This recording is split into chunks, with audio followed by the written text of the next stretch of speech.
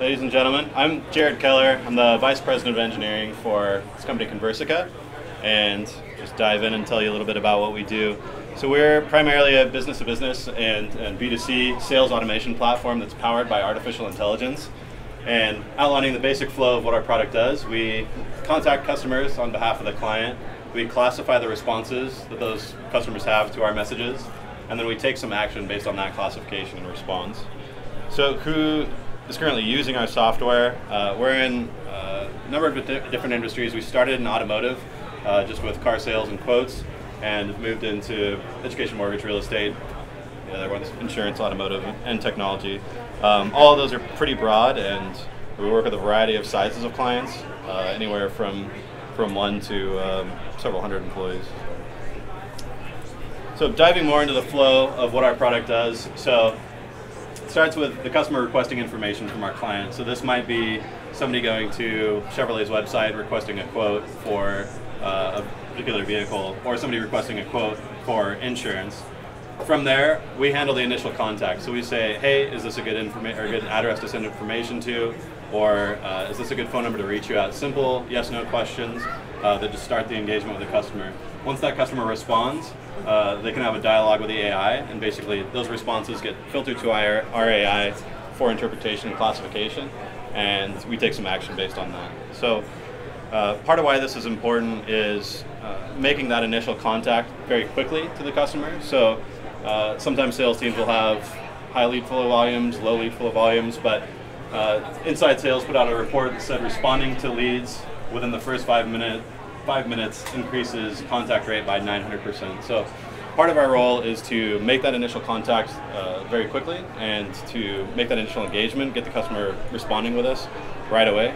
And the idea is that decreases the urgency on the team to contact all the customers. And we can handle the contact immediately. So some of the other things that are goals of our product, we ensure that everybody's contacted. We determine their intent. Are they just looking for information? Are they looking to buy? Did they just apply for a t-shirt? The idea is we'll break that down, and it's straight from the customer's mouth. We don't rely on demographics. It's basically what the customer says, that's classified, and we act based on that classification. Another part of it is we collect feedback. So if a customer says they had an unpleasant experience, or that they didn't get any information they requested, we can also classify that. We can classify it on a big scale, so tens of thousands, hundreds of thousands of responses. So diving more into how this process starts, the initial contact is often a very simple yes/no question, and it's a very specific call to action for that customer. So we're saying, is this a good phone number to reach you at? Can we send information to this email address? They're typically very simple, but the responses you can get back from them there's a huge variety. So asking that simple question also allows us to control the conversation a little bit.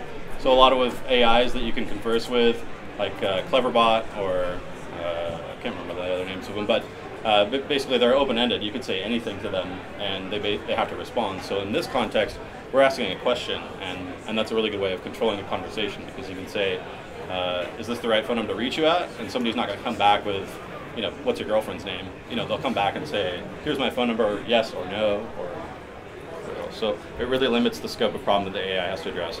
And as we'll see in some later slides, asking a simple question can be a simple yes/no question, but the amount of data you get back in the response can be really rich.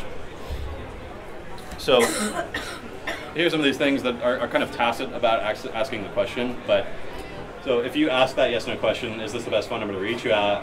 All of a sudden, that person on the other side is expecting a phone call from that person at that phone number regarding that subject, and it tends to facilitate the conversation between the salesperson and the client. So they might apply on the website and still be irritated that you give them a call, but if they engage with this question and answer, then that tends to make the job a lot easier. So here's an example of where we ask a very simple question and get a lot of information back. So, would you do business with us again? And that's a simple yes/no question, but they'll basically give you a Yelp review back. And again, think about the scale that we can do this on, because if you have thousands of customers and maybe you only have 2 reviews on Yelp, we can generate this and generate a huge body of responses, hundreds of reviews. We can classify those positively, negatively, or look for any other categorization that's specific to your business. And and basically it's all private too. It's not being published to the web, so you can act on that information before it gets published. So studies have also shown that a little non sequitur, a little cute animal photo helps people pay attention. So these are my kitty cats. That's Mojo. That's Callie, sunning her crotch there. Back to the AI flow. So after we interpret the response, then we're going to take action. So we're going to dive more into the actions we take. And this breaks down the process a bit. So after we ask that question, is this the best phone number to reach you at? We get a response like this. Hi, yes, this is Bill. I'm excited to get going here. Give me a call next Tuesday at this phone number at this time.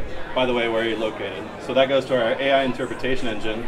We interpreted the intent to continue, yes, so we're going to continue messaging. We're gathering information, so they specified a new phone number. They gave us a name, they gave us an appointment time, all of that structured data that we can feed back to the client's database. They asked a question, where are you located?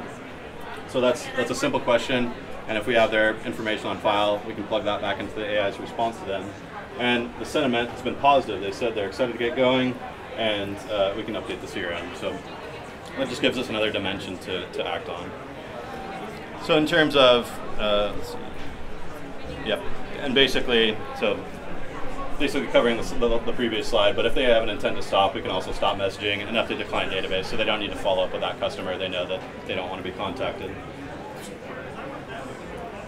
So another big piece of this is we can generate a lot of qualitative data. We can ask those questions and get those rich responses back, and we can turn that into quantitative data. So if you have a sales team and they're going out and contacting everybody, we can basically look at the customer's responses and say, X percentage of them were positive, X percent were negative, and some were neutral, and basically work that out to a satisfaction rate.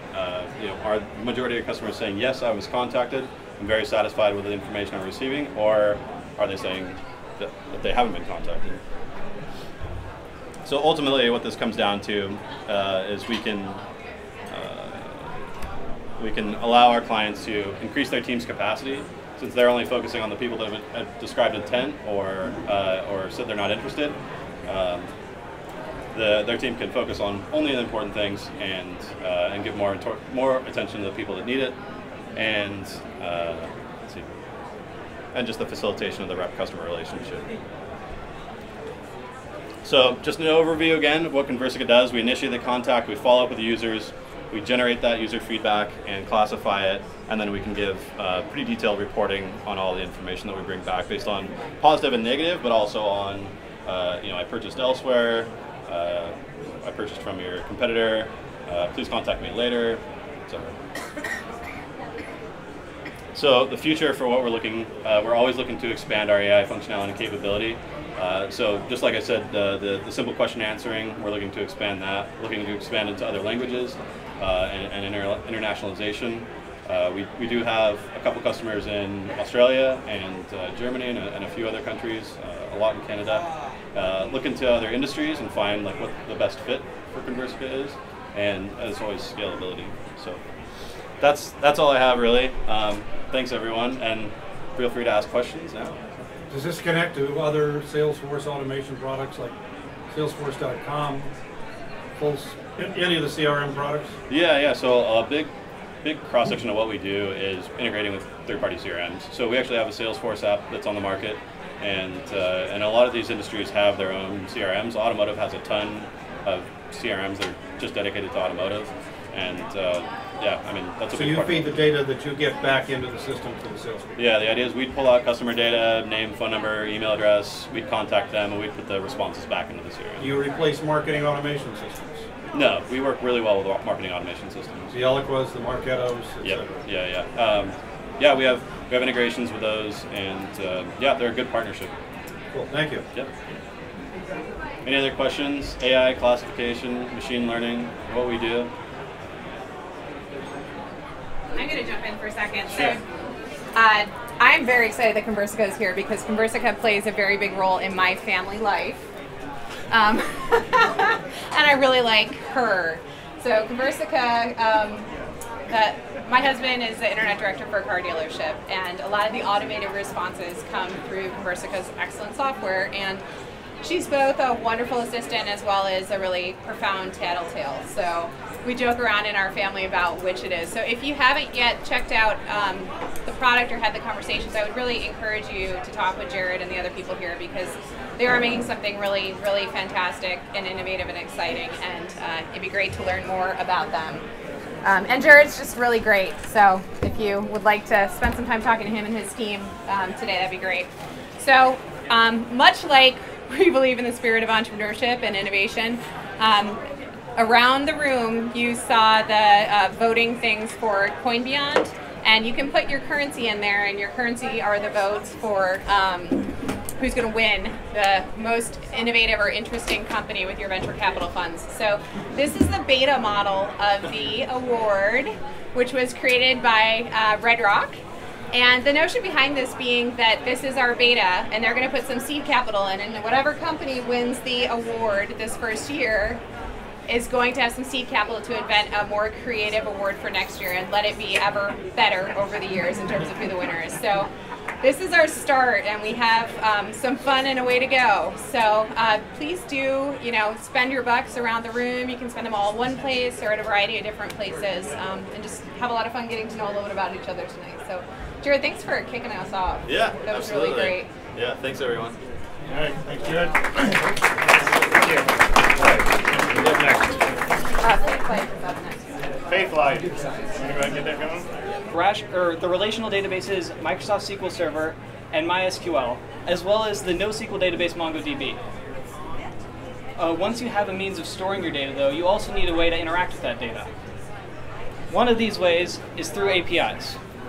APIs allow machines to communicate with each other through HTTP requests. It's kind of hard to read at this level of clarity, but this is one of our route registries. Basically, what this route registry does is it goes through and picks out some HTTP routes and assigns them to chunks of code that then go and interact with the database. All of this code exists on the server's end. On the client's end, it's their responsibility to call these routes properly and then handle the responses that the server gives back. So on the left side here, you can see a request that was made by one of our clients. It works kind of like you would enter a URL in a browser. It's test reading plans v2/plans/an ID. So you could hit the same route in the URL in your browser and you get the same result, which is this response from the server, which is a JSON blob. JSON stands for JavaScript Object Notation, and it's basically just a string response that a lot of services, JavaScript obviously included, know how to turn into an object that can be representative of data. So there you have it. You now have a client that is magically talking to your cloud. It's a pretty simple system using HTTP requests, and it works really well, except for when it doesn't. So things can and will go wrong. Your server can get overwhelmed by high amounts of traffic. It can have hardware or software failures, and sometimes you just need to take servers down for maintenance, like a monthly patch or whatever else. Unfortunately, or I guess fairly, users expect the cloud to be available to them at all times, and who are we to tell them no? Our goal should be to keep everything up and running at all times. One way that we can maximize uptime is through the use of load balancers. So what a load balancer is it's a system that basically listens in on one single public IP and then balances out the requests that it receives between a wide number of servers. So here in this diagram, we have the one public IP address, the load balancer, and then 4 servers here just as an arbitrary number. So what it does is it splits up the queries that it receives between multiple servers, and what this allows you to do is handle a larger amount of traffic and also take off individual servers for maintenance, or if something's going wrong, you just stop directing the traffic to that server, and your service is able to keep running even when you're missing a few machines. So even with the load balancer technology, no service is perfect. There's no way to guarantee absolute uptime. Data centers can lose power, or they can just lose their internet connection. Someone might step on a cord and unplug everything, or bad code can make it through to production. Which is why we need monitoring tools. So at FaithLife, we have a number of in-house monitoring tools and a number of third-party monitoring tools, such as New Relic, and this is an example of one of our New Relic pages. So on here, we're looking at one server, DocBLI Web 05. It's just one of the boxes within one of the clusters that was handled by the load balancer. And here we can see all the CPU usage. How hard is it working on a scale from 0% to 100%? You can view the average response times for all of your routes that are dependent on that server. and it's a really great way to diagnose problems before they happen or as they're happening and quickly resolve the issue. Additionally, as part of our in-house monitoring, we have this little suite of status.logos.com. It'll probably eventually be renamed to status.faithlife.com to match up with our company name now that we've switched. But basically it allows us at a quick glance to see what APIs are up and running. At the time I took this screenshot, pretty much all of them are green and good to go, but there are a few that are offline for various reasons.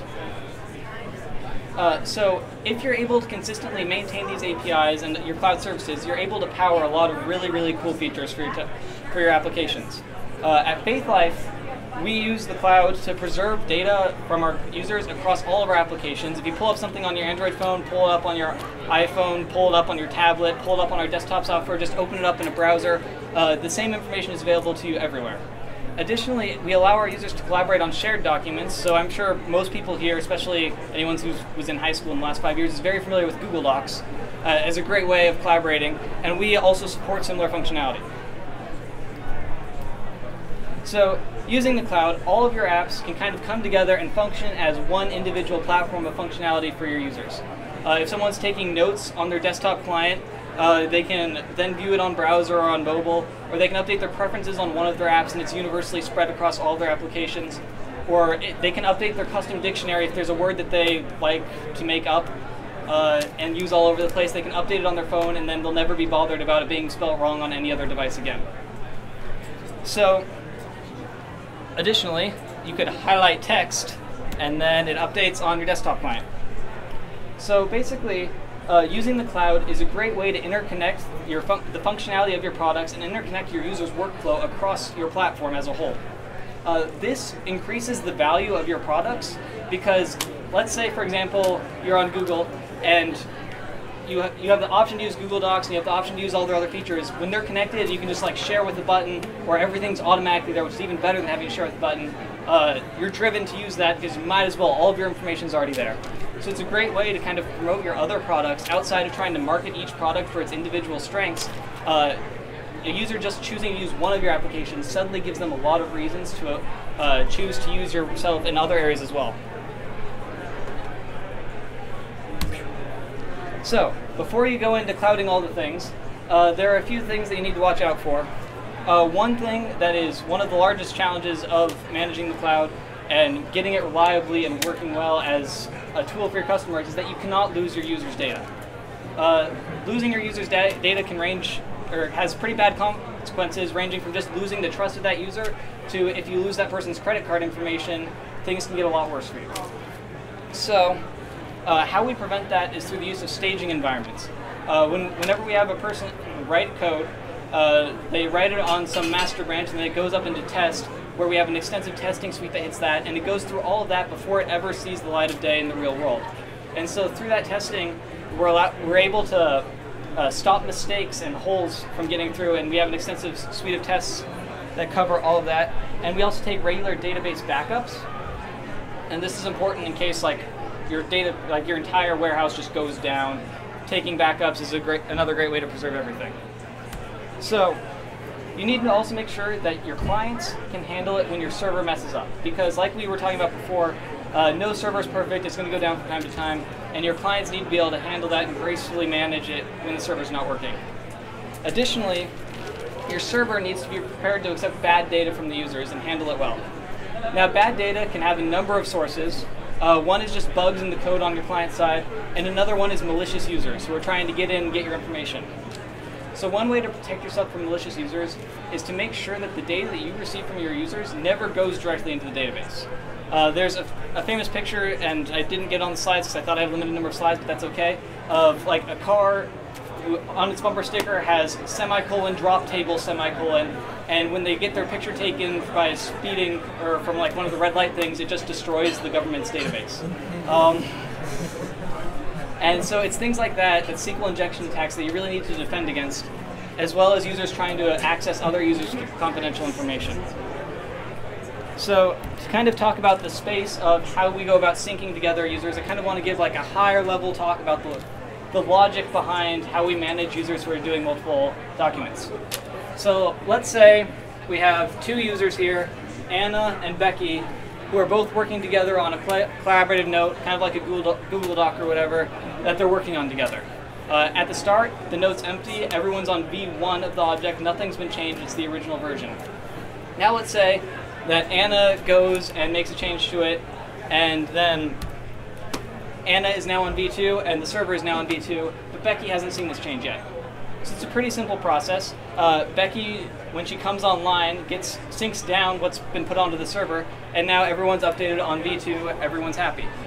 Unfortunately, the case where this doesn't work out is one that's very, very common for our users, because our platform supports users taking notes and making other modifications to their documents while they're offline and then coming online, including with group documents. And this isn't a problem that you generally would see with Google Docs because you're always online and always updating it. So for this case, let's say the same note again.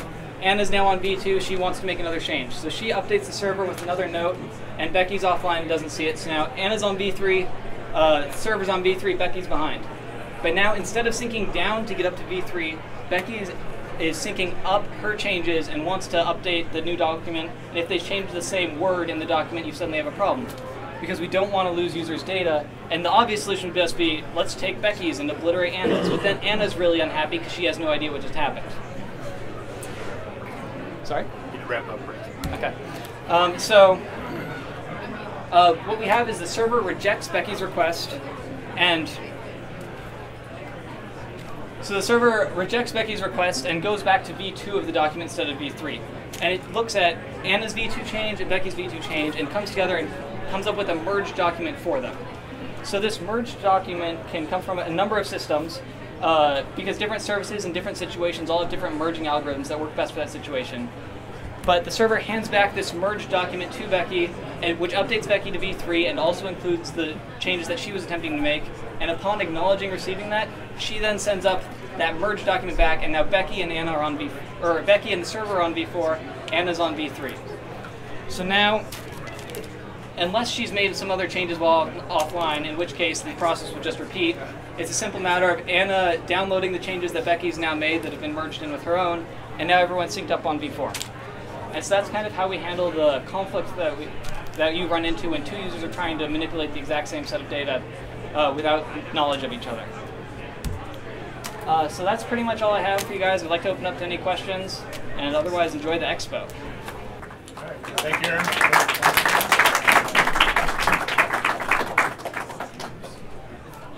Been looking for. In the next few minutes, you'll discover how emergency reporting's powerful, mobile, and secure system will help your station perform at its best. Let's face it, nobody signed up to be a first responder so that they could fill out paperwork or deal with complicated technology. That's why we've designed emergency reporting to be easy and quick. Emergency reporting lets you do more and work less. It lets you track all the work that you do, and it even helps you to work without working. When making an incident report, emergency reporting asks you the important stuff up front. Then it uses your answers to cut out the steps you don't need. Don't spend any time tabbing through pages of irrelevant questions. Invalid reports waste everybody's time. That's why ER makes sure that your reports are 100% complete and valid before you send them in. We even show you exactly what needs to be filled in so you don't have to spend your time guessing. And getting your information to the government couldn't be any easier with our simple one-click exports. Emergency reporting helps you track your work with a daily log, a running journal of your department's activities from which you can create a number of reports.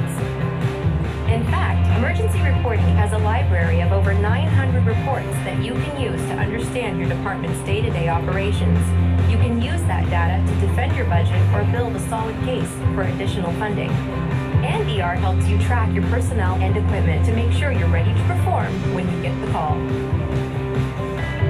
Still feel like you're spending too much time typing? Emergency reporting can be set up to receive data from your computer-aided dispatch center to start building a report as the call is coming in. This leads to higher accuracy and less work for your team. Emergency reporting makes it easy for your team to work together from anywhere at the same time. The cost of the system is the same no matter how many users are logged in at one time. That's the power of a truly web-based system. In fact, your ER system is accessible from any web-connected device anywhere in the world. There's nothing to install, no updates to wait for, and no special equipment to buy. All you need is a web browser. But what happens when you're offline? Emergency Reporting has an iPad app that lets you build inspections both online and offline. Reports built offline will sync to your ER system when you get your data connection back. It even gives you a place to capture an occupant's signature. Because our system is used on military bases across the world, it's important that we make sure our customers' data is safe. We take this so seriously that even the Department of Defense uses our system. Emergency reporting makes sure that your incident data is compliant with all of the legal standards and government regulations that keep your community's information private and safe. And ER stores your information in data centers in multiple locations in the country so that your department system isn't crippled when your community needs you at their most critical moment.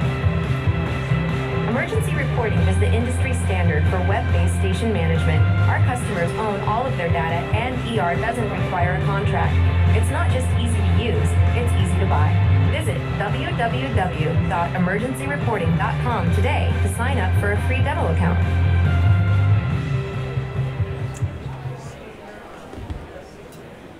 So that's kind of the marketing side of our product and what we provide value-wise to customers. Good.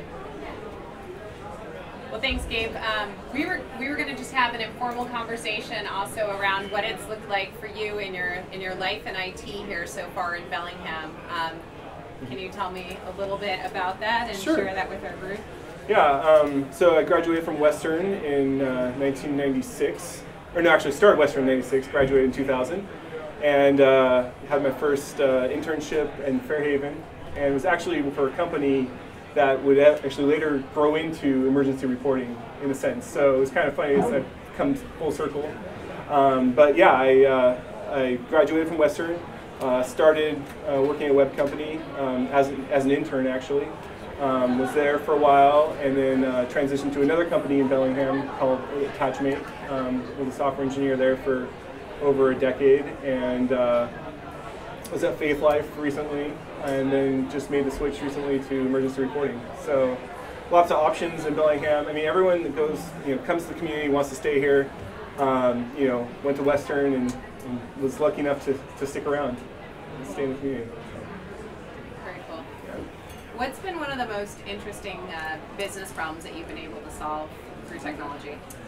So, I've had a number of different experiences with working with different types of customers. Attachmate was very much of an enterprise company, working with a lot of kind of mainframe kind of businesses. So you saw a lot of banks and governments and insurance companies.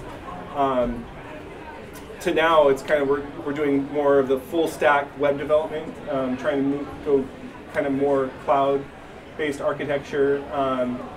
So I mean, the thing I like is about who I'm serving. So I mean, even at Attachmate, it was like, I felt great building software that was enabling, people to do banking, to do, just kind of critical things. And then at Faith Life too, it was that I felt, I was providing a valuable service, using, my development skills to kind of give people an opportunity to access literature that they may want to read. And then emergency reporting is just awesome because we're building a system that's helping first responders, fire and EMS, kind of be able to focus on what their services are that they want to render. But then they also have, they have to fill out paperwork, they have to fill out reports that need to get monitored and tracked at a state level. And so it's fun being able to know that I can use my development skills to kind of, help them in a way, kind of focus on their skill set and not be burdened with kind of like more mundane tasks and how to optimize that. So yeah. So you've worked for companies in our area of very different sizes and, like you said, very different verticals. As you've been thinking through that job placement process, what have been some of the considerations about company size and vertical that you could help. Because a lot of the people in the room. So here, we didn't announce this earlier on. You might see some of us in fedoras and bow ties. It's because we're starting. So TAG is very interested in jobs, and of course WorkSource is very interested in jobs, Workforce Council. And so we're starting a new initiative, which is TechWorks. And so we're starting to see what that can look like and how we can work as a cohesive group on growing our workforce here. So these types of questions are really helpful for, I think, for us to get answers on for what job seekers should consider ways of thinking through what might be the best match for me, what type of business line, what type of company size. So in those different choices, it's if you wouldn't mind sharing a little bit about that. Yeah, I mean, I've loved all the companies that I've been able to work for. Attachmate was one that was based out of another. I mean, it wasn't based out of Bellingham, which was created some interesting issues. You in that kind of scenario where you're working remotely, even from a remote office, you're constantly thinking, how do I make our presence felt? Make sure that you're still like a valuable satellite office. So there was definitely a lot of mindset in there, just trying to keep the whole tech sector very alive and vibrant in Bellingham. It's just if you're working in a situation like that, I just felt one of the things you want to focus on is making trips down regularly, or knowing how to maximize kind of this is kind of pre a lot of the like using video conferencing, but always kind of staying in touch and in contact with those type of things, and not being like that distant office. A lot of times you're based out of Seattle, so it's like, hey, we're remote, but we're not remote too remote, so leveraging that and was one of the key focuses in that type of scenario where I'm working for a larger company, but we have a smaller satellite office. And Faith Life was is based here in Bellingham. It's a great organization. That was like you're working for a big size kind of company like a Google or Microsoft headquartered here, and so that was nice. And you don't have to necessarily consider the remote type options. Great organization to work for, doing a lot of great things for our community and in our sector. So appreciated that. And then now recently just at ER. Definitely, it's a smaller dev team. It's still local. We're still based out of Bellingham. I really appreciate having the corporation or the organization based in the community. You don't have to be as mindful of how do I continue to show value, because we're based out of here, and it's just. There's different things you have to take into consideration. Being a smaller company now in Bellingham, a lot of times we're just, how do we continue to recruit, top talent and, fight with, not fight, but find the best talent available in, a smaller size pool. So, yeah. Well, that was part of my question. Do you think that Bellingham has the capability to attract the creative class, people say, or the tech class to it because of our location? Is that enough? I think it is enough.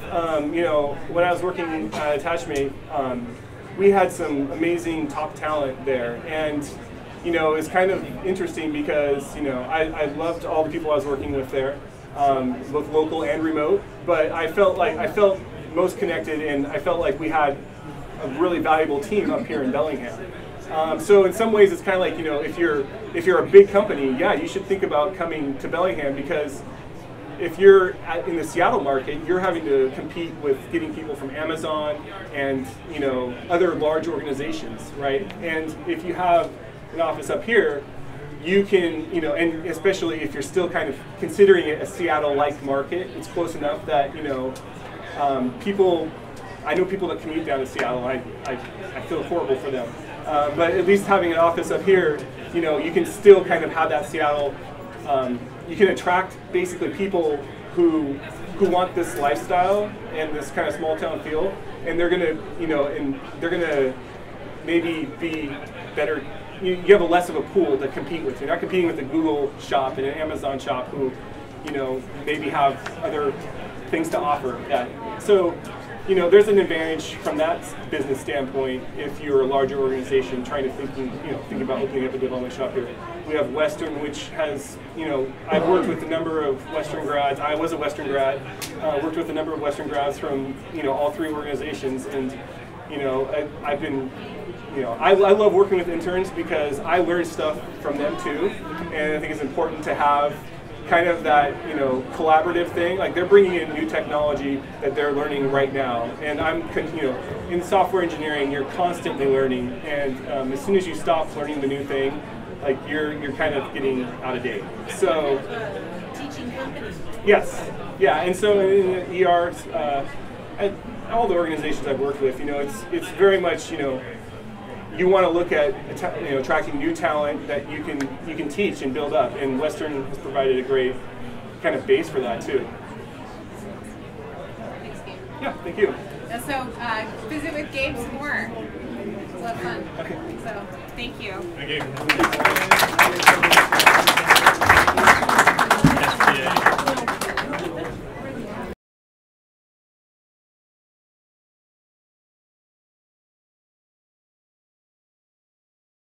We work with about 250,000 researchers all over the globe in 155 countries, trying to tackle every problem you can with light and light-based science.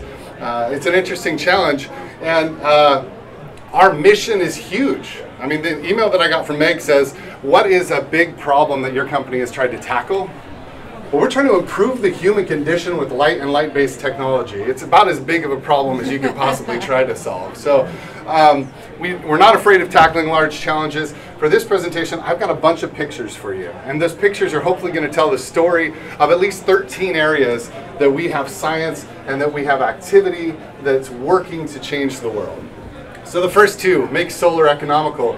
We've been publishing and working with solar engineers in photovoltaics since the middle 70s. We recently launched a journal, the Journal of Photonics for Energy, that's dedicated to this problem. And we are one of the main points where people draw together to try and solve these problems for humanity. We also are really involved, actually go back one, in the NIF project. Have you heard of NIF? The National Ignition Facility. Seriously, fusion that we've been talking about forever, we are this close to having fusion. And the way it works is with incredibly high-powered lasers that are all pointed at the same point of light, and actually in order to do it they have to have thousands of mirrors in order to pull that off. It is loaded with optics and photonics related technology. A very cool thing, and probably in the next couple years we're going to have working fusion as a result of the work that those researchers are doing, and they come and they work with SPIE to publish what they're doing, to share their findings, and to share ideas about how to do it better. We're working on, I'm going to go more quickly through some of these carbon sequestration methods. In order to sequester carbon under the ground somehow, you have to know where the carbon is. You have to be able to see where it's leaking. You have to have imaging and sensing technologies that make that possible. And we help coordinate the research work that happens there. Also the nitrogen cycle that's, you know, so like built into our whole food chain supply. That picture is actually a map that's been created from remote sensing data. That means images taken from space that's actually mapping the nitrogen content on rice fields as they grow, and then they're comparing that with the nitrogen that was supplemented to those fields, so they have a better understanding of how nitrogen is used in those places. We're working on membrane technology and improving sensing in membranes for clean water. We're working on restoring and improving the urban infrastructure, especially through land use, mining satellite imagery, especially for land use information. Go ahead. We have a ton of activity around what we call biophotonics. The health informatics market is basically built around a ton of sensing information, right? Well, those sensors, many of them are manipulating light or working with light to understand it. This particular image is actually the hemorrhagic activity of a mouse brain, meaning it's bleeding out, it's having a stroke right now. I'm sorry to tell you, it's really sad, unless it's in your garage. But then, and they're doing it in real time by mounting a little helmet on the mouse as he's running around. The hope is that when a patient comes into a hospital having a stroke, they'll be able to take imaging technology like this and in real time know exactly where that blood is moving in your brain. It's pretty amazing stuff. We're also looking at a spectrogram of a cancer treatment. No, it's actually a tumor responding to particular pH levels in a cancer treatment with better medicines. There's a number of ways that photonics are used in that. Reverse engineering the brain is especially interesting thing. You might have heard about the BRAIN Initiative, which is a national initiative. There's tons of energy, tons of money flowing into that right now. Well, we publish quite a lot on optogenetics and the ability to alter the brain in such a way that it responds to light stimulus. This particular device is a little creepy. It goes also on a mouse head. And yet what it does is it shines LED lights in a particular way through the skull of the mouse that stimulates a part of the brain that allows the researcher to steer it left or steer it right. It's completely wild. But virtual reality, of course, is also a really important area. We have tons of people. I was at a reception last August with one of the main optical guys in Google Glass. But this particular image is from a paper that we published on how to mitigate the motion sickness associated with virtual reality. So we cover a lot of territory in that way as well. Next one there. Nuclear terror is now something that we're trying to avoid, and terahertz sensors are an incredibly important part of that. This looks like a regular old container. It's actually part of a field test where they've been hidden some gamma radiation in this container somewhere, and they're testing whether or not different technologies have the ability to detect that to keep us all safe. And securing cyberspace, of course, is an important thing, and we're heavily involved in biometric technologies that might help out with that. And then there's this category, engineering the tools of scientific discovery. That's so broad-based, it's unbelievable, right?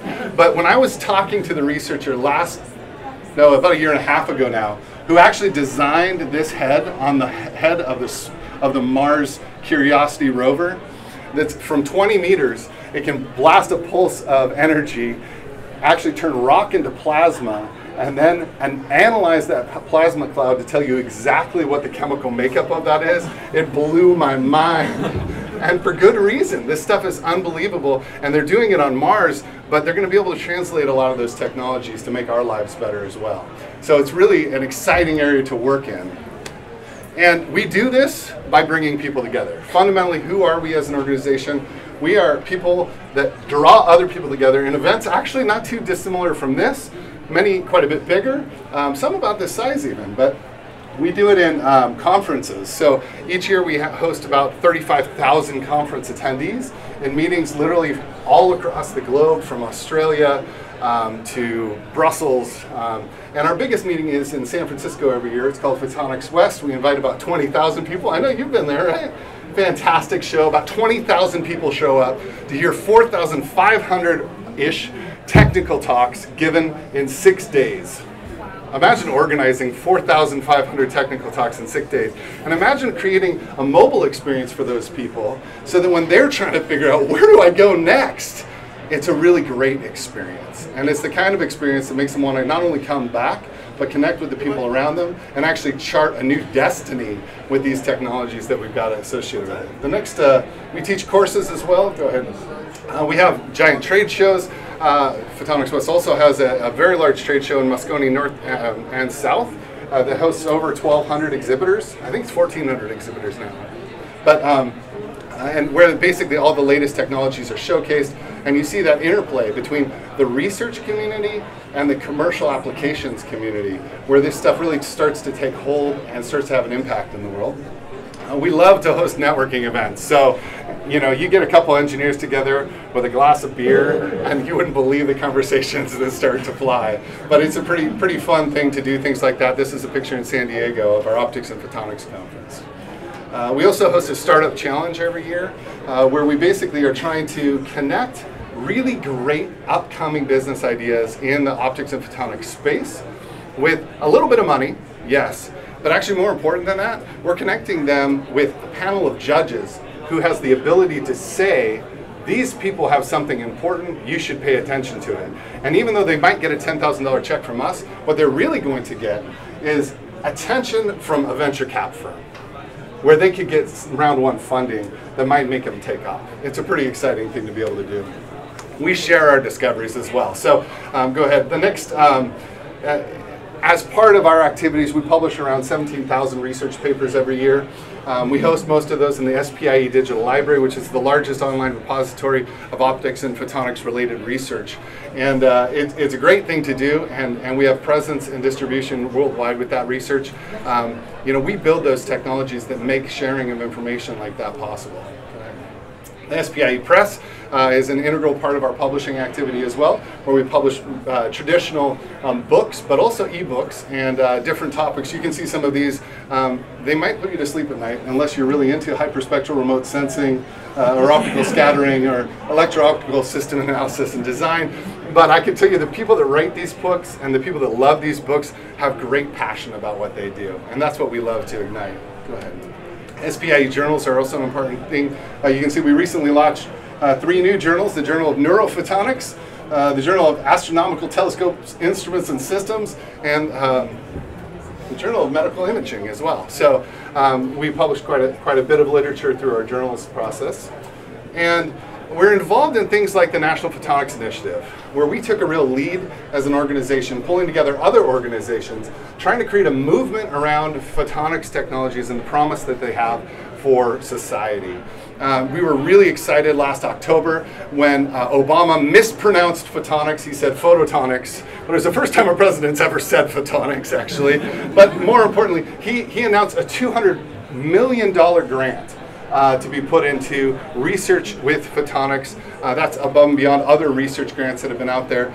And just recently, part of that is going to the final stages, where they're creating a $110 million facility that's focused on the use of photonics in manufacturing.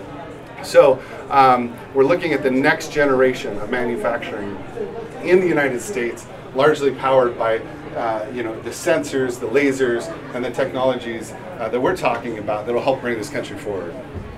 More globally, SPIE is involved in the International Year of Light, where we played a really instrumental role. There's one person on staff with SPIE who really helped drive this through.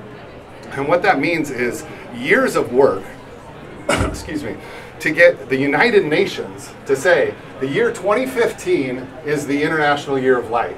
And that's where we're trying to create global awareness around light technologies, and how they can be utilized for the betterment of the world. At our table downstairs, we have some books that they're here to give away. They explain a bunch of these different areas, and they're part of our outreach to really share about these technologies and the promise they have. So go down there, definitely check it out, and ask somebody for a book.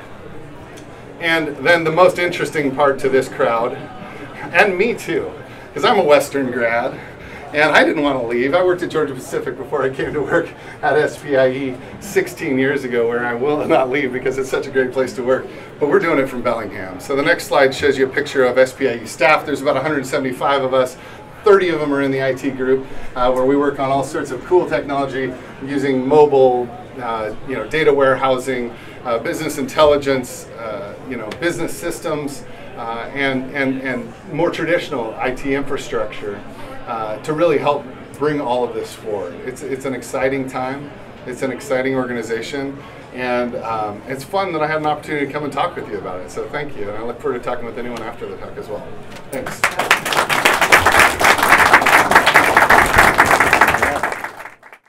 My name is Mike Price. I'm the Chief Strategy Officer for Atlas, ALAS.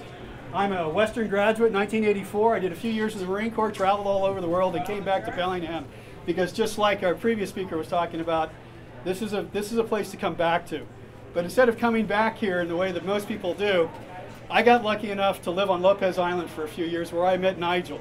Nigel and I, his background of working for Microsoft, being a general manager for Microsoft, and running Microsoft China for a few years, we've been able to combine my experience with his knowledge of computers and the business to develop an augmented reality company.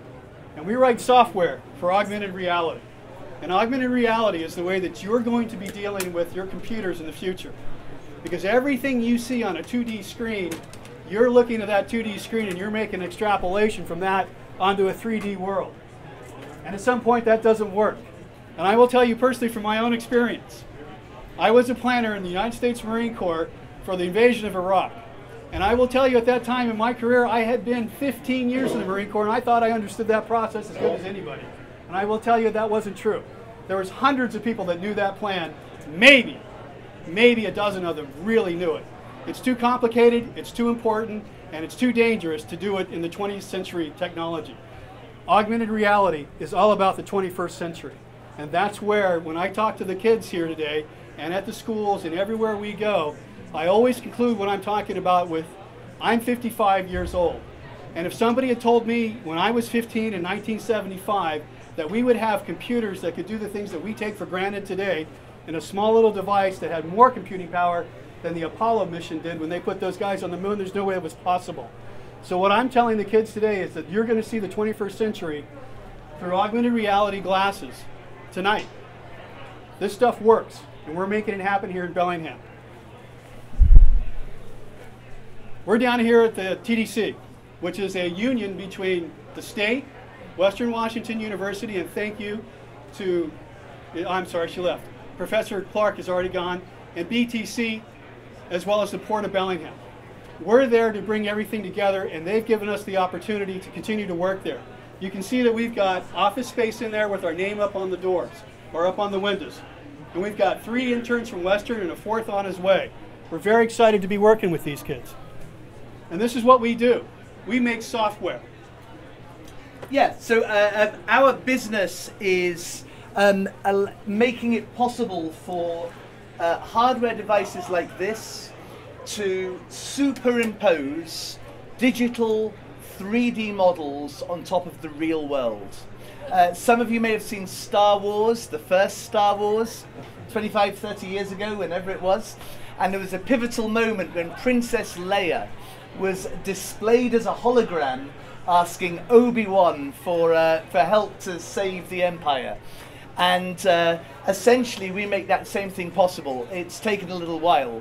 But these glasses, I can see through them, and I can see holographic 3D images superimposed on top of the real world. You may have heard of Oculus. Oculus was founded about 2 years ago. They do something similar. They were acquired by Facebook end of last year for $2 billion. However, they provide an immersive 3D experience, which means you cannot see the real world. It's blocked off.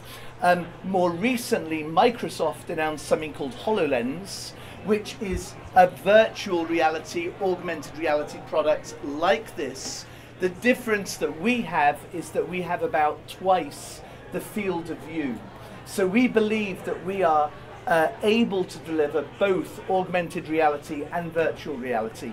We'll do that through a range of different hardware products. At the moment, our primary focus is this product, and we are considering a marriage with this company that we will decide on in the next week, I guess. You know, my experience at Microsoft was all about the value of being platform independent. However, this category of hardware is very, very new. And we've really discovered that we need to be very, very close to the hardware company. Otherwise, too much is sacrificed. So that's a decision that we'll make maybe next Wednesday, next Thursday, Mike. We'll see. Very soon. So anyway, yeah, we're thinking about whether to do a kind of merger. But these are all different AR products, and we like this one, the IMI, because of the field of view, and therefore we wrote all the firmware for this, the drivers and so forth. That's the kind of thing we do. Yeah. And so why do we do it? Because the world is going to be using this stuff in many different ways very soon. About a year ago, when Nigel and I were first talking about how we would transition from something like Google Glass and virtual reality into some augmented reality, a friend of mine from Airbus and I were talking about this specifically. And he said that they were having a problem moving from the CAD rooms where the guys design the airplanes in a 3D CAD environment and bring that imagery down to the production floor. And we were talking about something that Airbus had been working on since 2006, which they called Mira, which was mixed reality application. And it was this big tablet with a monster-like camera on it that a guy would stand in an airframe that was near completion, and he would use 2 fiducial markers on a couple of frames, and he would synchronize the two, and it would tell him as he looked down that this is the hydraulics line, this is a fuel line, here are the wiring brackets that you need to know so that you can make sure this job works. Now that was fine as far as it went, but it didn't go anywhere near far enough. And so we're talking to Airbus about making that seamless transition move from the CAD office to production floor so that the worker that wears a pair of our glasses will look at a titanium ingot and be able to shape that into a piece of the assembly that's going to go out to the landing gear. And so that when he passes that off to the guy with the landing gear assembly job, that as he puts it together, this is all being tracked. So that when the guys design the airplane and they show it to the customer as a 3D hologram, that hologram actually takes shape as the airplane is being built. And ultimately, as it rolls out for customer acceptance, there's not only a hologram of that aircraft showing how every part was made, assembled, and put into place and kept that way, but there's also a 3D database following that airplane out the window or off the runway, so that the customer can do the same thing, continue that 3D database as he maintains the aircraft. Now think about that, combine that with a different form of distribution and additive technology manufacturing. 3D manufacturing, dispersed databases, as well as graphic 3D visions of how the airplane was built, and you've completely changed the manufacturing paradigm. That's the 21st century. That's what this technology can do. You've got up here the last one, apprentice to master. This is all about training. You put on augmented reality glasses, and standing right next to you, let's say you're working in a physics lab and you've got some complicated problems that you need to figure out. Standing next to you could be Albert Einstein's avatar, with everything that Albert ever wrote and everything written about Albert, and you would ask them as though it were a living search engine standing next to you, and then you would have a laydown of step-by-step process of everything you needed to do to accomplish that experiment. The applications for this kind of technology are absolutely endless. And we've only got a few up here as basically a demonstration. Today I was talking to a company on the East Coast that wants us to figure out how we can turn a helicopter. They build 3D printed helicopters to exact detail so people can work on these helicopters without having to take a real helicopter apart and do the work. They asked us to figure out if a guy's walking up to that helicopter, what is he going to see at 50 feet? How is that going to be different at 5 feet? And how do you reach through the panel to get to the particular valve that you need to get to turn on or off the fuel system? All that stuff has never been done. We're working on that tonight. And we're looking for people to help us do that. And we're doing that here in Bellingham. Thank you. Well, it's exciting. That's really exciting. And now I've got a couple other slides, but this is it. Yeah, that's good. So just tell you a bit about us. So small company, we're absolutely a startup. You know, we go from weeks of celebration because we've broken some big difficult problem to weeks of fear that we're not going to make payroll. Absolute terror. That's right. And but I mean, as I said, I was at Microsoft a long time, and I really did not expect that after spending 21 years with a corporation as a partner, as a general manager, that I would end up as a small business owner. But I love it. I mean, it is so exciting, and damn did we choose a good place to focus our energies. We were just lucky, really. I mean, Mike and I went to CES 2 years ago, and we tried the Oculus, and we tried Google Glass, and we thought, this has got to be big. We played with them, and we kind of worked out that neither of them were quite right for the real world. And we made the lucky decision early on to switch to augmented reality. And it was you know, as much luck as judgment, but it was the right call. And so I do think that we're in, you know, when we go to shows, we were at ModSim 2 weeks ago, we were at ITSec in December, we've had meetings with like Mark Andreessen, we've had meetings with people like Intel, we've got meetings with Microsoft, and everybody's very excited about what we're doing. Because there's only like, I don't know, 5 or 6 companies in the world that are really doing software like this right now. So so it's an exciting thing, and we've just got to see if we can make it work. And, you know, good luck to us. Yeah. And all the luck you can give us. Right. And if there's anybody out there that's smart and excited and interested in this type of technology, then you know, ask you to, if nothing else, come and visit us and chat. Because it's we love to get other people's ideas, and there's really no kind of pre-decided model here. No, there really isn't. And it's the all great open. thing about this technology is it's so wide open. Yeah. There is just so much we can do with this. We haven't even begun. I mean, it's like the fellow that was here before talking about SPY, when he was talking about a few of the applications that they're working on. When they were, imagine if he was able to give that brief of that mouse having that hemorrhage in 3D. Imagine if everything that you've seen on this screen today was available right here on this table in 3D. And you wouldn't even have to be in this room. But think about that, and that's what we're talking about. Stay in bed all day. That's where we're going with this kind of technology. It is incredibly fascinating, and it's only limited by the cliche because it's true, by your imagination. Yeah. So if you have any questions for us. Any questions for these guys? Yes, sir. How did you choose Bellingham? Because so I was at Microsoft, and last 6 years I spent in China, but I had a holiday home on Lopez Island. And when the weather in Beijing got bad, well, the air in Beijing got bad, I would grab my kids and my wife and we'd go and spend a week recuperating in Lopez. Mike, meanwhile, was in Iraq with similar problems and was also enjoying his kind of departures to Lopez Island. Yeah. We met each other on Lopez, despite our unlikely origins. And then it became I put my kid into school there, so had Mike, and so it became a question of, where are we going to set up a business? It can't be Lopez Island, it's too impossible.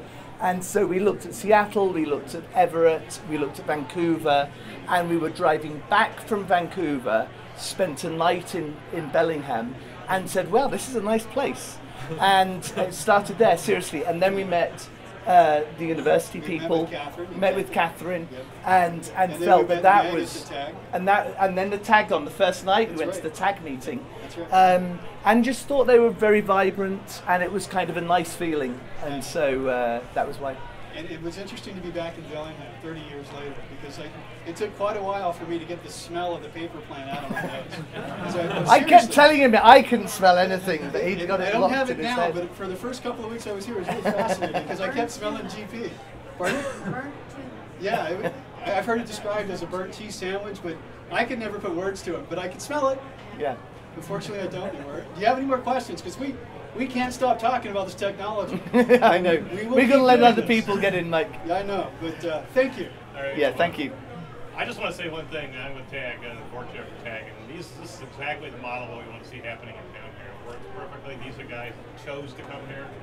They've got a lot of energy and a lot of excitement behind their product. I've seen them do this a couple of times now, and they're really good at it. So you know how to do the presentation, and it's real material. They're doing real work here. It's really important, and it's a good, exciting place for people to consider working to. So they need people.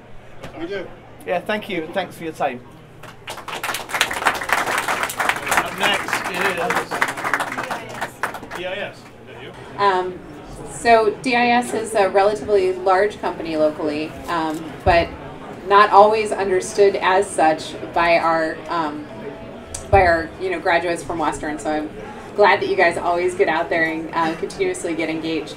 So I'm curious if you could tell us a little bit more about the experiences specifically working at DIS and what it's looked like for you in that industry of all the fulfillment types that you're doing. Okay, you're going to hold it for me? Sure, Awesome. or you can hold it. I'll hold it. So I've been at DIS for 9 years.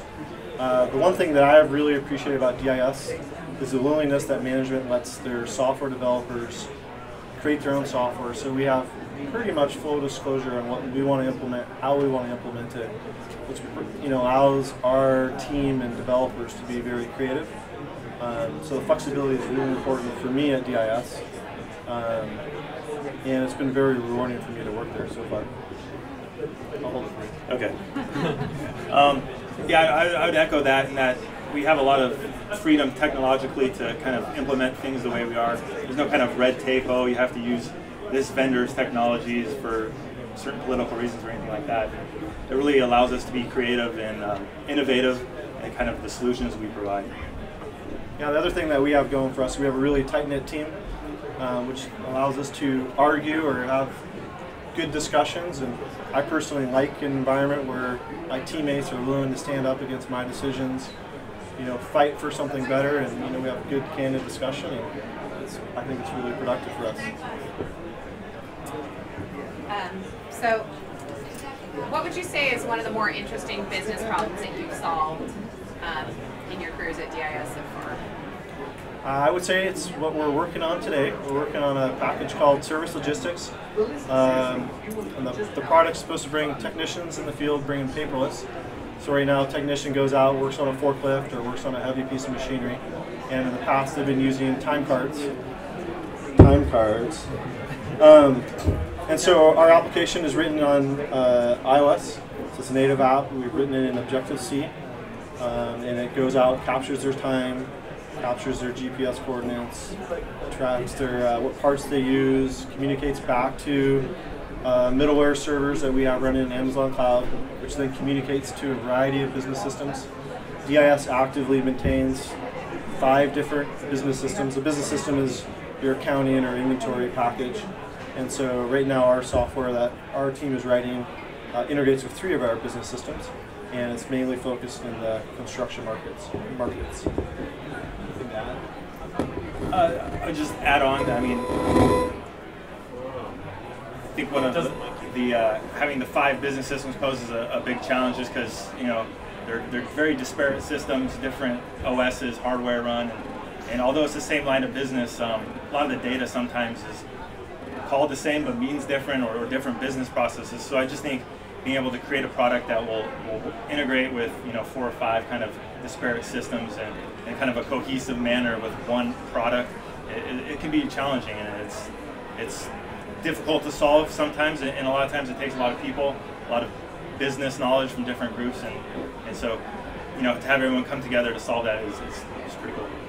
Yeah, and later in the next year we'll actually be integrating into other business systems like SAP and Oracle on this particular product line, which I think will be newer for DIS, since we traditionally write products for our business systems. We're actually going to branch out and start writing products for other business systems. Well, thank you both for sharing on that.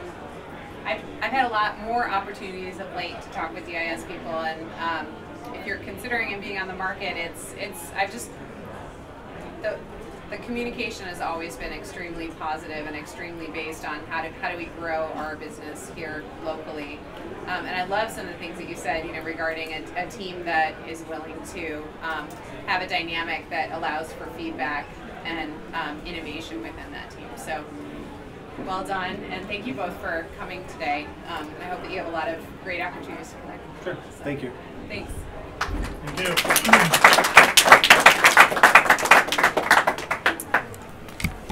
But if you could give your full title designation, Tim. It's a mouthful. So my name is Timothy Wallach, or Tim. I'm the Supervisory Special Agent over the FBI's Cyber Task Force in the Seattle Division of the FBI, which covers the entire state of Washington. Wonderful. I'm happy to be here. Thank you for inviting me. Service while being in technology. It's a great question. So I'm not a technologist. My background is not technology. I'm actually a liberal studies major. So my interest in technology started probably 15 years ago when the FBI started the cyber division. I didn't land in the cyber program until maybe 6 or 7 years ago. But I'm fortunate to manage a team of very talented, highly skilled technical people who are all about the mission. And we couldn't get the slide to work, but our mission is really to protect and defend the U.S. and its U.S. interest. And so I have a team of special agents, intelligence analysts, computer scientists, forensic examiners, task force officers, staff operations specialists who are tactical analysts. And every day they come to work and they do something different and interesting and in support of the mission, protecting all of you. I know it sounds corny, but that's what they do. That's what drives them. What's the most scary thing about your job, Tim? Over the years? I work with really smart people, and when they start talking ones and zeros, I got to tell them to chill. But, there is a high degree of physical threats that a lot of FBI personnel put themselves in the front line. We don't see it a lot in cyber because it's a different program, but that doesn't mean that someday, you know, the switch could turn and we could have another 9/11. We could have a shooting incident on the street in front of our house, which we're obligated to respond to. So every FBI agent, as well as our professional staff, put themselves kind of in harm's way on a daily basis, and so you have to live with that. So let's say I wanted to join your team. What would that recruitment process look like? Well, we've got some very talented people over here. You can talk to them about that. Really important. Yeah. I don't know if you heard, but she said don't do drugs. So, do them or sell them? Federal crimes. Yeah. Just checking. And if you do, don't lie about it. So we recruit both locally, for each division recruits locally for certain positions, and most of our recruitment is done nationally. Special agents sign a mobility agreement when they enter the FBI that they will agree to be assigned anywhere in the United States or anywhere in the world. We have 56 field offices throughout the U.S. and 75 offices throughout the world. So that's one thing that you need to be aware of. But our special agent processing is they apply locally, and the process, a lot of the initial process happens locally, and then they're evaluated on a national level. And it's a several stage process. That's for the special agent position. It can take anywhere from 6 months on the short end, which is not realistic. Generally 1 year to 18 months is normal. When I applied to the FBI, it was a 2-year process. I think the only reason they hired me is because I was getting to the point where I was going to be too old to join the FBI, and they hired me. But right now it's about 18 months, Ashley, from closer to 2 years.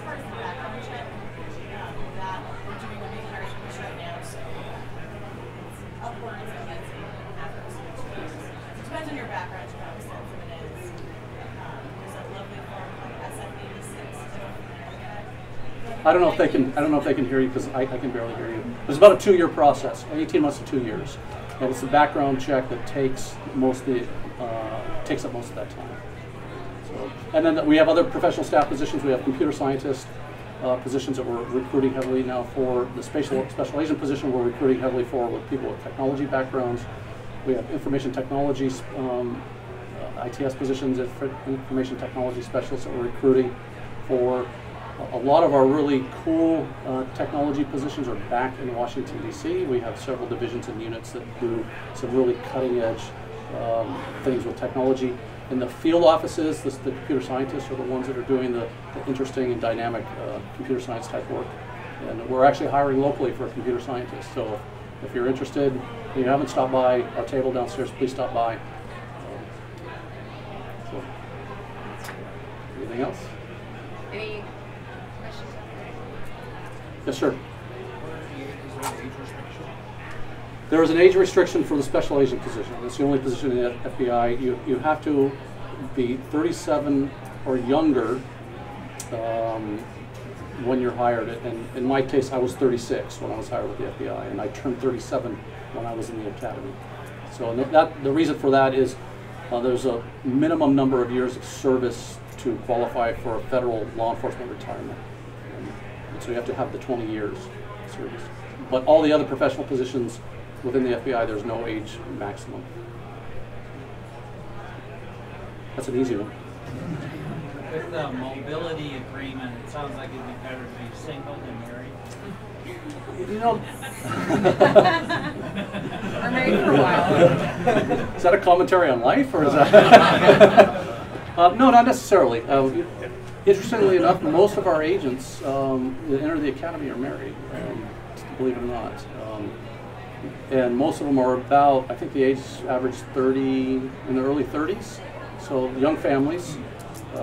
Now we're a little bit kinder, gentler FBI. We're trying to assign agents where they want to be, out of the field office they processed out of, or when you're in the academy, you rank the 56 field offices from 1 to 56, and they're doing a much better job of trying to find that work-life balance. When I came in the Bureau 18 years ago, it was not that way. You took what you got, and then we had rotational transfer assignments that you were transferred at the whim of the government. That's changed a lot over the last 5 years. Fortunately, my first office was San Diego, so I had no complaints. Yes, sir. What does one of your agents typically do on a day-to-day basis, as opposed to a regular FBI agent who's out on the streets doing stuff? Maybe what do you guys do? So actually, I think there's a misconception, a misnomer that cyber agents aren't out on the streets. They do a lot of work out in the field, not necessarily on the streets, pulling people over. They work with victim companies who've been compromised. They're interviewing witnesses and subjects. They're making arrests. They're executing search warrants, just like any other agent. Within the FBI, there's multiple investigative programs. We have our cybercrime program.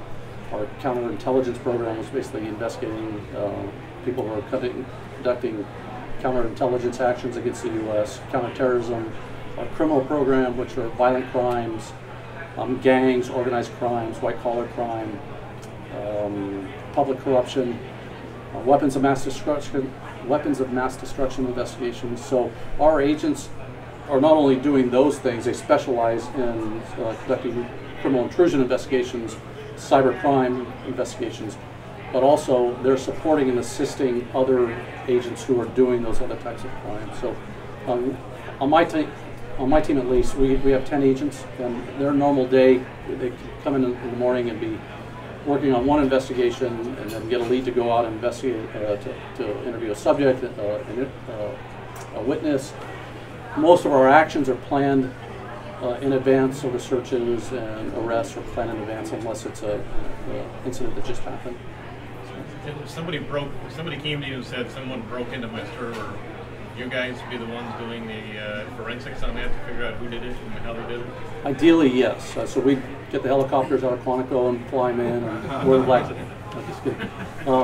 Ideally, yes. A lot of victim companies, we refer to them as victim companies. The companies have been compromised. They'll have their own forensics teams that will do some forensics. Ideally, we would like to do the forensics because that's we enter those into evidence. We will take those other forensic reports. Actually, Joe's our forensic examiner. He does a lot of that work, but the ideal situation is we image the servers and we take away our copies and do our forensic analysis on those, or the computers, or whatever it is. So, yes, sir. Yeah, how quick is a response? Let's say I'm not a terrorist. But how quick is a response? Is it you guys do like a proactive approach, or is it, is it fast? So the response to cyber intrusion investigations? Yeah. When we find out about it, it's pretty quick. It depends on the breach, right? What's going on with a particular company. But generally, we start to once we've initiated contact with a victim company, we start on it right away. We want to get in and interview the appropriate representatives of that company, find out what happened, get our forensics teams in there, and start pulling some of the evidence. The problem is that most computer intrusions are not identified for at least 6 months. I think the average now is almost a year, so the bad guys have been in the network for a year on average. So, again, it's not like I said, a bomb going off, but generally they're still in the network when they're calling us. But I would say generally, if we get the call, we're out there that day or the next day. How easy is it to work? Let's say you have the DEA,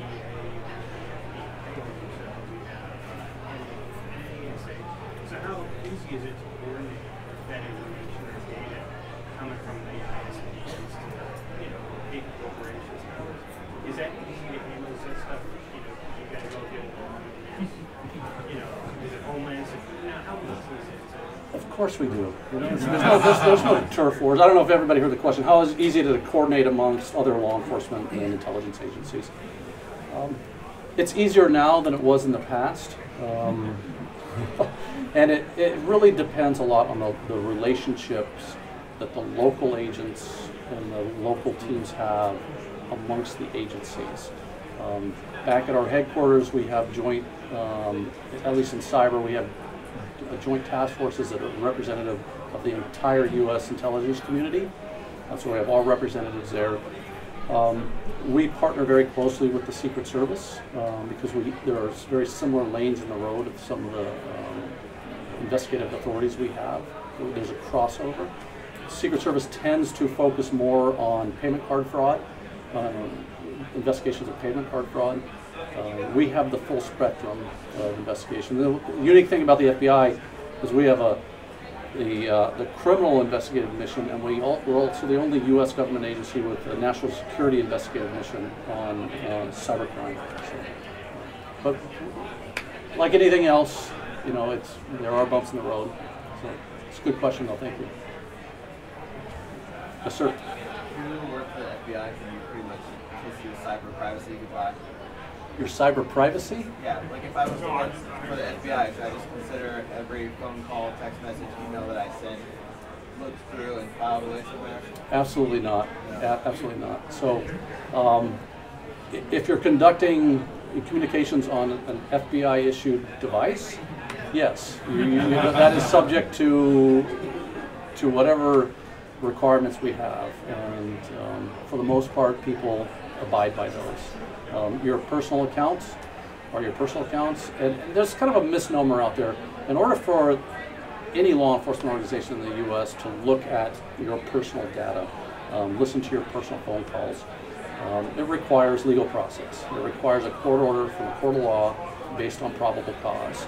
So there are other statutes that apply to foreigners working on behalf of a nation state. The threshold is lower, but you as a U.S. citizen, being a normal law-abiding citizen, you do not have anything to worry about.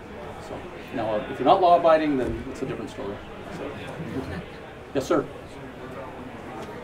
What about when you leave? When you leave government service? Same. Yeah, it applies to FBI agents, FBI employees. It applies to John Doe. That's the beautiful thing about the Constitution, right? You have a right to privacy, and regardless of what you see in the press, what you're reading about what happened with the Snowden affair, it's actually very difficult to get legal process. We're on the uphill battle on the good guys. It's an uphill battle for us. It's a lot easier for the bad guys. So you should be more worried about what the bad guys are looking at on your computers and your devices and your social media accounts than what the government is looking at. So, or the Chinese. Oh, the Chinese. Yeah. So thank you. Appreciate it. Thank you. So CoinBeyond's focused on how we pay. The question is, what is wrong with how we pay now? Several things in that regard. We'll see how. I'm not used to the 20-second format. I think, yep, there you go, it's good. So basically, if we look at the evolution of payments, we have dollars and checks at the turn of the century. That changed over to the old carbon copy credit card machines, right? And then upgraded to electronic credit card machines, in the probably 70s or 80s, I'm not sure. The problem with those is that if it's running electronic, it can get hacked. So you're going to have all of these companies, right, more and more. What's not on here is the Sony hack. It's obviously, it would dwarf all of these in terms of how impactful it was. So security is a huge part of why the current system is broken. In addition to that, if you run on one of the credit networks, let's say you make a $100 purchase at a merchant. There's interchange fees, credit card fees, dues fees. The merchant actually gets paid something like $96. They have a lot of fees that they pay, and it costs them money to run that. Sustainable Connections is a local entity that has been researching how can Whatcom County, or Bellingham specifically, save on those fees. Now, what's interesting is the amount that actually the local area pays for fees every single year. That amount is low-end $5 million that actually goes from Whatcom County to, and that's actually North Bellingham, goes from Bellingham to Visa, MasterCard. We lose that. So, you know, security is a problem, high fees for merchants, it makes it hard for them to do business. So we know that the system's broken. How can we fix it? So I want to introduce a concept to you guys, and this next slide, see if anybody can actually call out if they recognize what's on it. Oh wait, sorry, 2 slides. So how are we going to fix it? The power of the internet, of course. So information age technologies, and that's where CoinBeyond's really working. Bitcoin is a payment system born out of the information age. One of the key technologies to making Bitcoin work is actually developed many, many years ago. And that's this next slide. Anyone recognize this? The Arecibo dish in Puerto Rico. So this dish right now is searching the skies for signs of extraterrestrial intelligence. Huge amount of data. They have a very limited budget. They need huge computer rooms just crunching away trying to figure that out. So what they figured out was, instead of having supercomputers everywhere processing it, they're going to take little pieces and send to people's home computers. Let the entire world help, you know, enthusiasts help actually find like these signals possibly from outer space. So it's a distributed computing network. Bitcoin is also a distributed computing network. It does not rely on central infrastructure or other things like that. It was launched in 2009, and there are millions of computers around the world helping make that system work. They're processing the transactions that run on the Bitcoin network. The characteristics of Bitcoin is that it has that decentralized infrastructure, you know, that was built off of that SETI at home type of idea. Bitcoin is inherently secure. So like with the credit card system constantly breaking down, constantly getting hacked, Bitcoin is not. Fraud proof, little to no transaction fees, and I'm rocking through here really fast. So Bitcoin in 2009, when it first launched, is like the internet in the 90s. Essentially, it's a very raw thing. You know, the services like Facebook, Google, all of that was not around at this time. Such basic internet, right? But what we know today is so user-friendly. So Bitcoin is building, building, building. The more layers that are built up, the more Bitcoin will be easier to use. So if you compare Bitcoin 2014, $295 million of investment, to 1995 internet, 250, Bitcoin is outpacing development of the internet through the 90s. So what we're doing is we're actually building layers. The Bitcoin protocol is not easy to use. It's powerful, but not easy. Coinbase is a function built on the Bitcoin protocol, and CoinBeyond's built on that.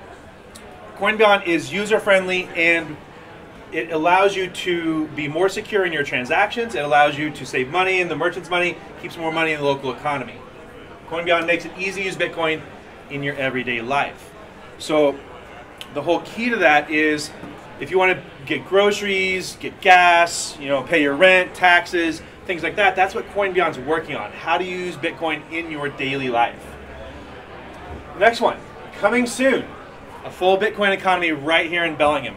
We've actually identified Bellingham as the key location for a Bitcoin economy. That means you can live your entire life with only Bitcoin in your pocket.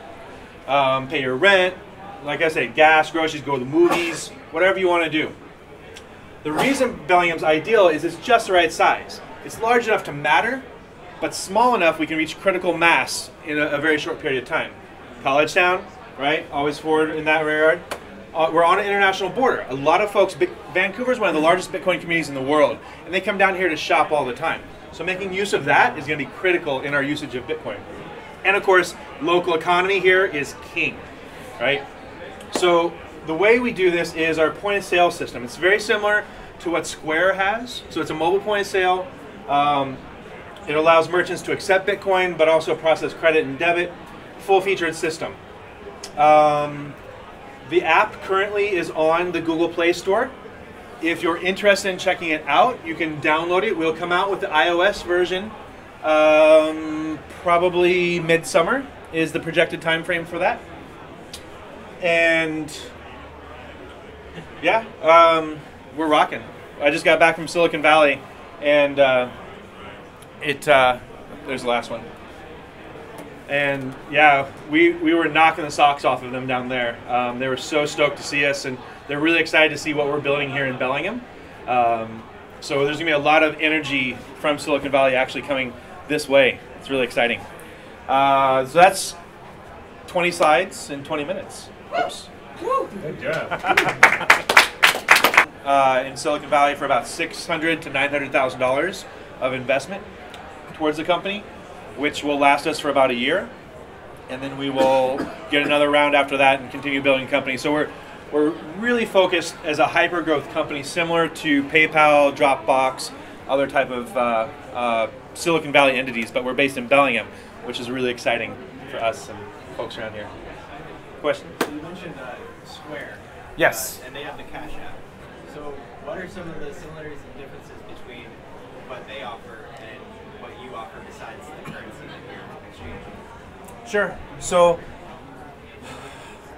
right now, the app that's on the Google Play Store is our beta, and it is all features in one. So if you download it, you have the same features that our merchants have to be able to ring up sales. Not that that will be useful to you, but it'll be there. You can play with it and see how it works. We also, so we have our merchant app and our user app, essentially are the two. Eventually, they will be split and have different features between both. But right now, they all overlap. So I can go and talk about a lot of the features that we are building into the merchant app, what that will be like. I can also talk about a lot of the features on the user side, which seems like what you're asking.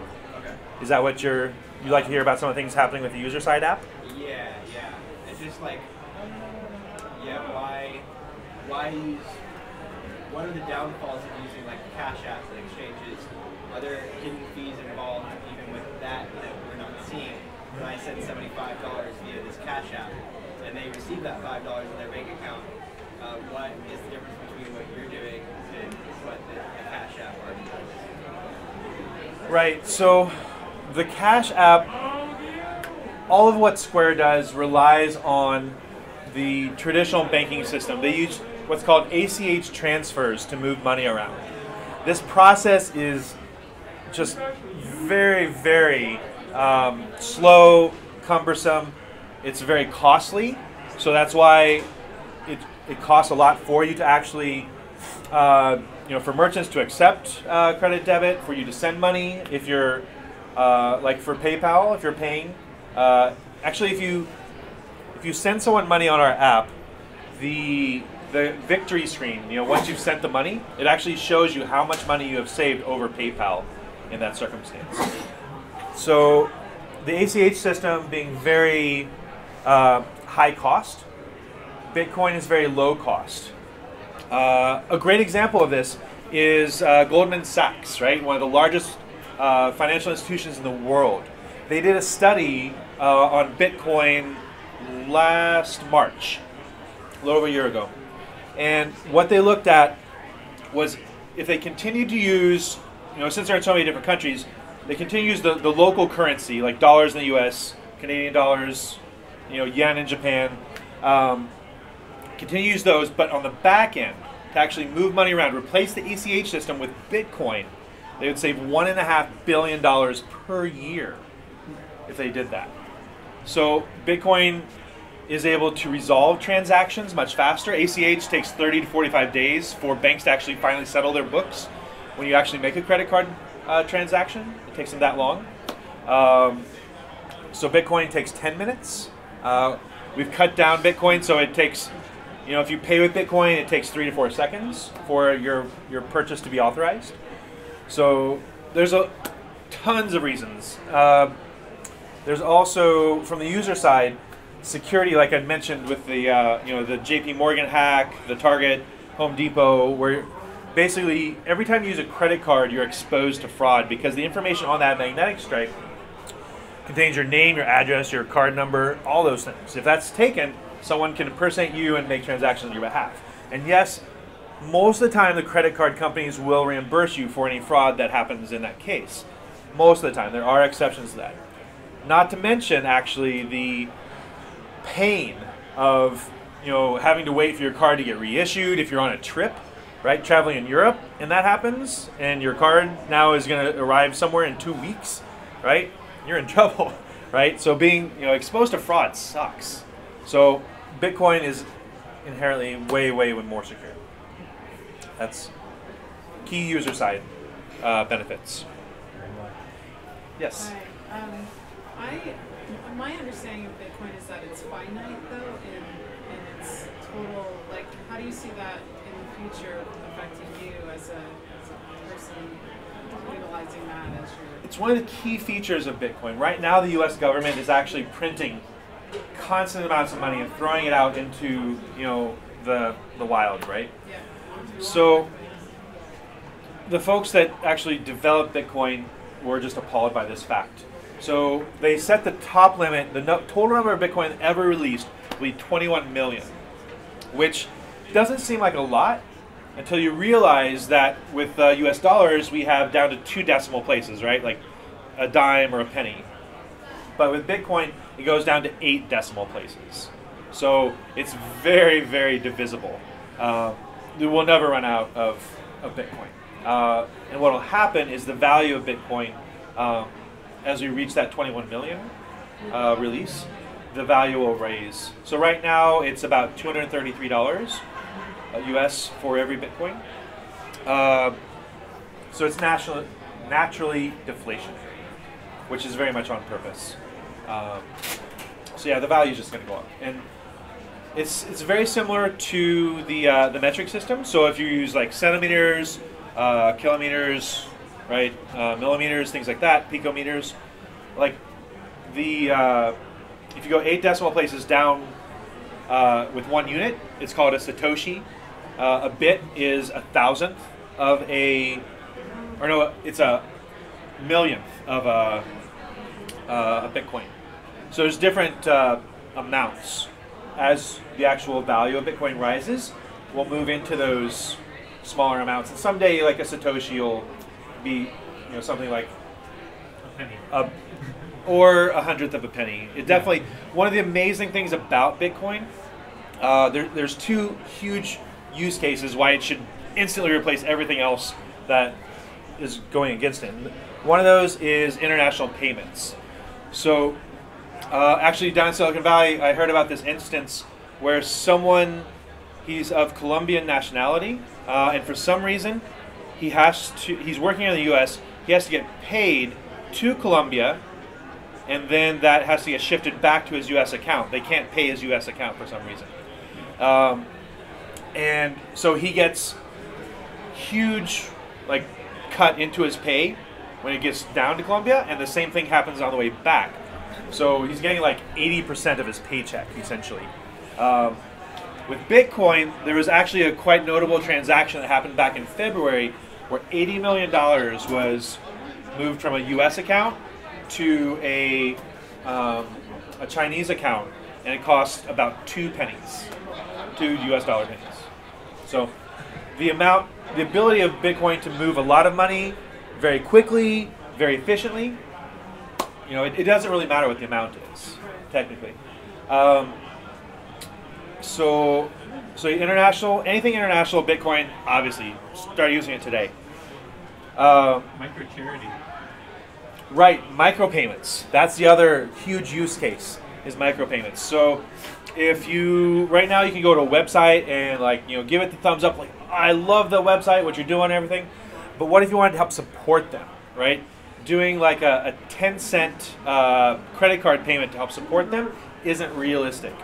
Doing large payments and everything are certainly realistic, but let's say you surf 100 pages a day, you want to give 10 cents to half of them because you really like their content. It allows you to support more. It actually works really well for all those sites to be able to get a lot of small transactions to benefit from. One really interesting case study in that instance is newspapers. So newspapers are quickly on the decline, with internet availability of the articles and things like that.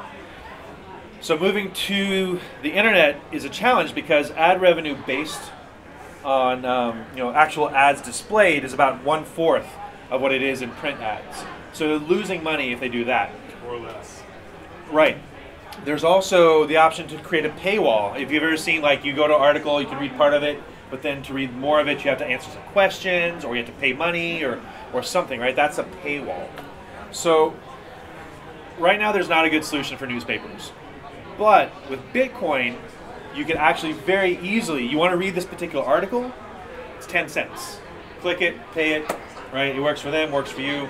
You don't have to pay a monthly subscription for 10 different newspapers that you would frequent across your day of like consuming news. So that would be the micropayments and the international fees or international transfers. Two great cases. All right, thank you. Cool. Great job. Yeah. If you have any further questions, there's a booth downstairs that you can stop by and say hello.